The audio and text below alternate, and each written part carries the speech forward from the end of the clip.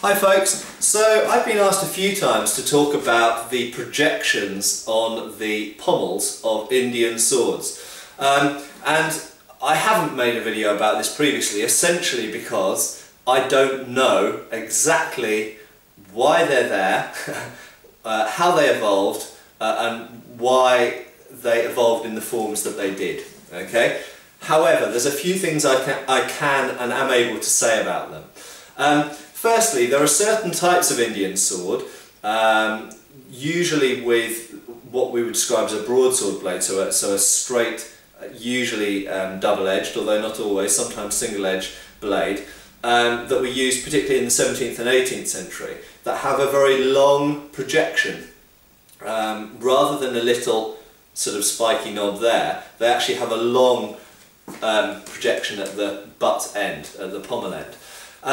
And various theories have come about as to what they are for, ranging from, and these are some examples of ones I've read in both in books and online and just speaking to antique experts and so on, ranging from something to rest your, when it's in the sheath, rest your hand on, something to rest the reins of the horse over, I don't know how that works, something to strike people with, obviously, to hit with, potentially an extra thing to loop your the top of your spare hand over to facilitate a two-handed grip. Okay, and these are the main theories that people come up with. Oh, and additionally, the other one is to protect as a sort of parrying device to protect your wrist, I suppose, the underneath of your forearm. So I can say I've got a few ideas, having handled originals of these. I've got a few opinions on some of those ideas. Firstly, the one about, I'll ignore the one about resting your hand or your horse's reins on, because I don't really know, I can't really say anything about that, I don't know anything about it.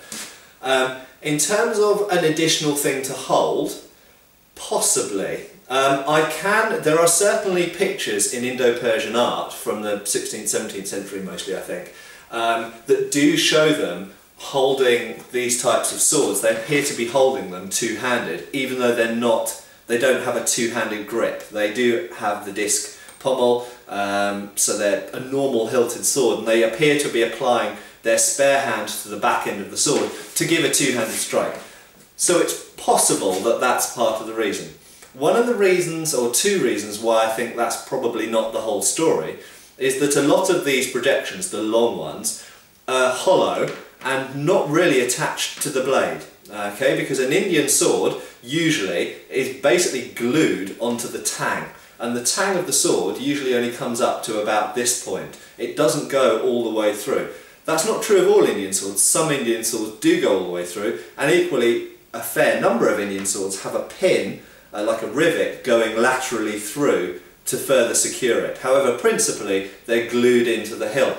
So I don't think that this projection on the end, I think if you held it with any force and hit something hard, like another man in armour, bearing in mind these swords were used against people in armour, male armour this is, or padded armour even, or if you hit a helmet or a shield, I suspect that a lot of them would break. I don't think that because they're made of sheet steel that's rolled into a tube, essentially, and brazed onto the pommel. So I don't think that they're very strong.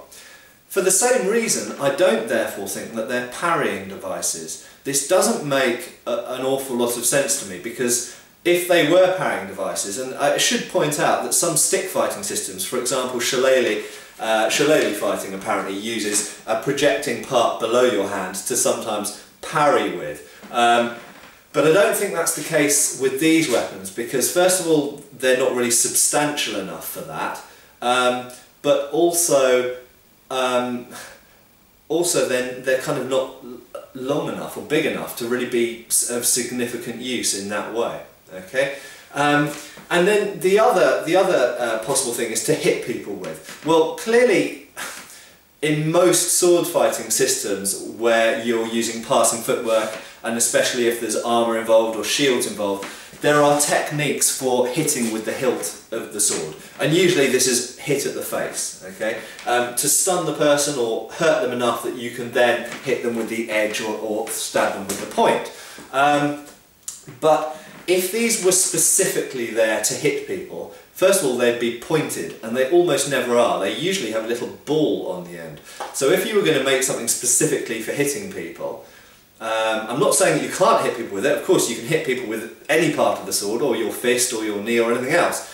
But if you were going to make this projection specifically for hitting people with, why would you put a ball on the end of it? You'd have it pointed, and you'd make it solid. Again, you wouldn't make it of tubular, relatively weak construction. Okay? So, that leaves us, what were they for? By and large, I'm not sure that they were for one specific use. I wonder if they were just a sort of multi-use, you know, if they were partly for hitting people with, partly maybe it was something to do with the way that the sword was worn. I should also add that I have seen antique toolbars like this which have a much smaller knob on the end, but they still do have a knob. Some of these have a hole through them, and they seem to have connected sword knots, that is a sling to put your hand through, or tassels or things like this, which seem to be there largely to connect to your arm, so that if you're on a horse or if you're just fighting in general and the sword drops out of your hand or gets knocked out of your hand, then it's still attached to you and you can retrieve it and get it back. So that could be another reason why they're there. I should also mention that some of them that are quite long are actually quite curled over as well. So that would go against the argument that they're necessarily to facilitate a two-handed grip or necessarily to hit people with, because then why would you curl it over at the end? So I think essentially the jury's still out. I think they're probably for various different purposes, and we don't fully understand why they were there and why they were constructed the way they were. Two things I'll mention before wrapping up. One, that is tulwars occasionally have a long one, but they generally seem to have got shorter in the 18th century, such that by the 19th century you have a vestigial kind of spiky knob on the end there. And that very clearly would be very nasty for hitting people with, pommeling people with.